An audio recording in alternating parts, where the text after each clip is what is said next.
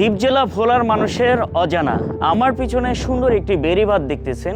এটি দ্বীপ জেলা ভোলার দুই পাশে যে নদী রয়েছে এই নদী ঘিরে এই বেড়িবাঁধটি নির্মাণ করা হচ্ছে। মেরিন ড্রাইভ আদলে তৈরি করা হচ্ছে। এক ডিলে দুই পাখি।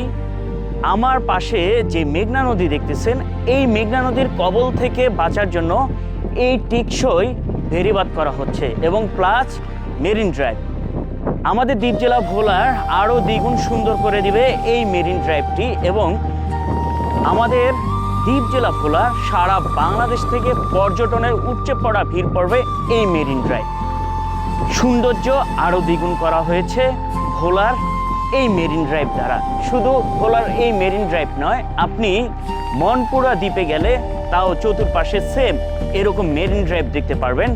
কাজ চলমান, আর কিছুদিন পরেই এটি হয়তোবা পূর্ব আসল রূপে ফিরে আসবে।